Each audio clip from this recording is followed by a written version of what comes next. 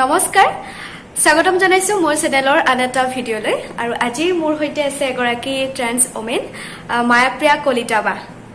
স্বাগতম জনাইছো আৰু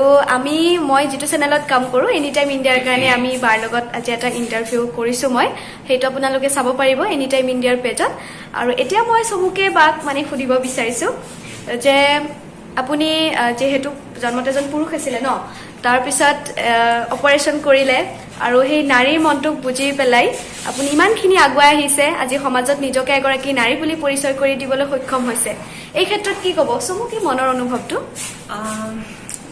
মই যিখন যুদ্ধ কৰি পেলাই আজি দিনটোত পাইছো মায়া হিচাপে মই এগৰাকী নাৰী হিচাপে আজি এইটো দিনত আহিব পাৰিছো হেতু লৈ মই খুব সুখী মই কম আৰু যে মানুহে ইমান সহজে ভাঙি পৰিব নালাগে যে জীৱনটো এবাৰে হয় নিজৰ মনৰ ইচ্ছা মতে নিজৰ জীৱনটো সজোৱা জীয়াই থকা উপভোগ কৰা ভাল কামবোৰ কৰি গৈ থকা লগতে আমাৰ শিখা ভণ্টিৰ এই ইউটিউব চেনেলটো সবে লাইক কৰা কমেন্ট কৰা সহায় সহযোগ কৰা হেতুই আৰু মুঠতে সকলোৱে আগবাঢ়ি যাব লাগে জীৱনটো হেতুই মই ইমানখিনি ষ্ট্ৰাগল কৰি পেলাই যদি আজি নিজক চেঞ্জ কৰিব পাৰিছো তো মানুহে বহুত কিবা কিবি কৰিব পাৰে তো অকমান ডিপ্ৰেছন বা অকমান সমস্যা বা থাকে মানুহৰ জীৱনত তো সহজে ভাঙি পৰিব নালাগে যুদ্ধ কৰিব লাগে মই হেতুৱে কম আৰু ফাইট কৰা আৰু জীৱনটো উপভোগ কৰা আৰু হেতুৱে আৰু বাক আমি খুব দেখি থাকো ফেসবুকত ধুনিয়া ধুনিয়া তেও লিখনি লগতে তেও মডেলিং কৰে তেও এটা এনজিওৰ লগত জড়িত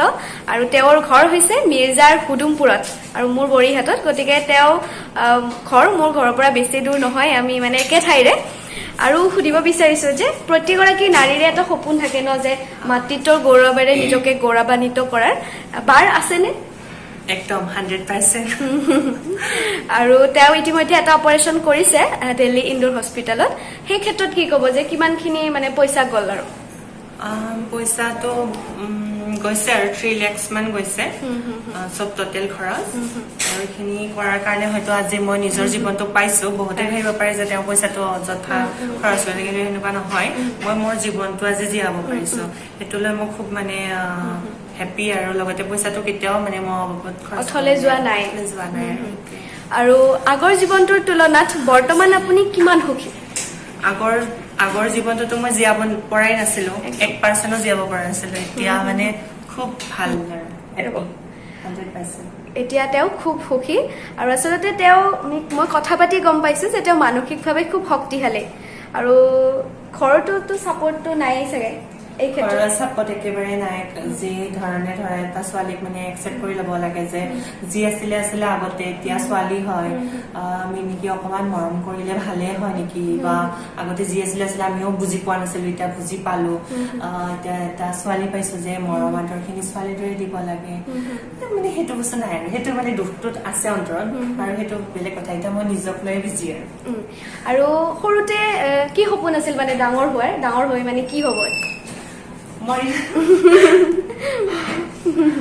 মানে এনেকুৱা আছিলে যে মই খুব পঢ়ি শুনি এগৰাকী টিচাৰ হ'ম আৰু এনেকুৱা আছিলে যে মই ফিল্মত মানে কাম কৰিম আৰু এনেকুৱা লাগিছিলে যে বেলেগ ছোৱালীৰ দৰে মই খুব ধুনীয়া হ'ম কিন্তু আপুনি নিজকে ধুনীয়া কৰি ৰাখেও মই যদি সুধো মই নাজানো কিন্তু নাজানো মানে এইখিনি যে যিখিনি মানে মানে ধুনীয়া সেইখিনিলৈকে মানে এতিয়া হেপী কিন্তু মই এনেকে ভাবিছো যে ট্ৰাই কৰি আছো বাৰু মেডিচিনেও কিমানখিনি কি কৰিব পাৰে কিন্তু মানে মানে এনেকা লাগিছিলে যে মই খুব ধুনীয়া হৈ যাম আৰু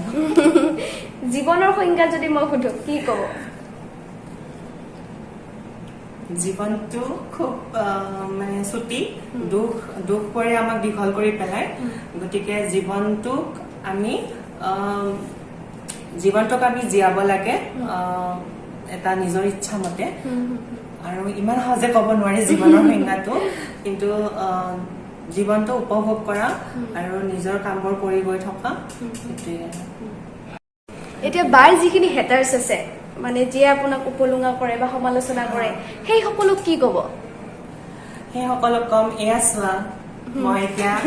পুৰা প্ৰপাৰলি অপাৰেশ্যন কৰি মেলি একদম হৰমন থেৰাপি লৈ আহি মেলি এতিয়া এগৰাকী ছোৱালী আপোনালোকে সৰুৰ পৰা যিমানখিনি মোক কৰিলে আৰু মানে ডিপ্ৰেশ্যন পেলালে যিমানখিনি মানসিক কষ্ট দিলে সেইটো কাৰণে থেংক ইউ কাৰণ সেইখিনি নাপালে চাগে আজি মই এইখিনি কৰিবৰ কাৰণে উৎসাহ নাপালোহেঁতেন গতিকে তেওঁলোকৰ সুফল কামনা কৰোঁ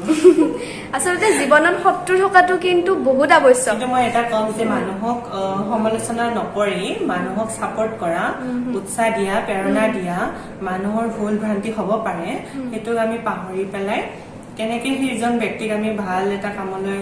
দিশলৈ আনিব পাৰো সেইটো ট্ৰাই কৰিব লাগে সমাজলৈ মই সেইটোৱে এতিয়া বা মানে মই সুধিব বিচাৰিছো যে ৰিলেশ্যনশ্বিপত আছেনে মই নথকা নহয় আছো বাৰু আৰু আপোনাক দেখি মানে খুব ভাল লাগিছে আমি ইণ্টাৰভিউত মই দেখি থাকো কিন্তু আজি মানে নিজে ইণ্টাৰভিউ ল'ব পাৰিছো আমাৰ চেনেলটোৰ কাৰণে খুব ভাল লাগিছে আৰু আপুনি যেতিয়া হস্পিটেলত গৈছিলে মানে ভয় খাইছিলে নে মানে অপাৰেশ্যনটো কি হ'ব ভয় খাইছিলো কাৰণ মই চাওঁ মানে ব্লাড দেখিবই নোৱাৰো তেজ দেখিবই নোৱাৰো তেজ দেখিলে মোৰ মানে হাত খোৱা নাযায় বা টোপনি নাহে ব্লাড একেবাৰে চাব নোৱাৰো এক্সিডেণ্ট চাব নোৱাৰো তাৰপিছত হস্পিটেল নগৈছিলোৱে মই কেতিয়াও মানে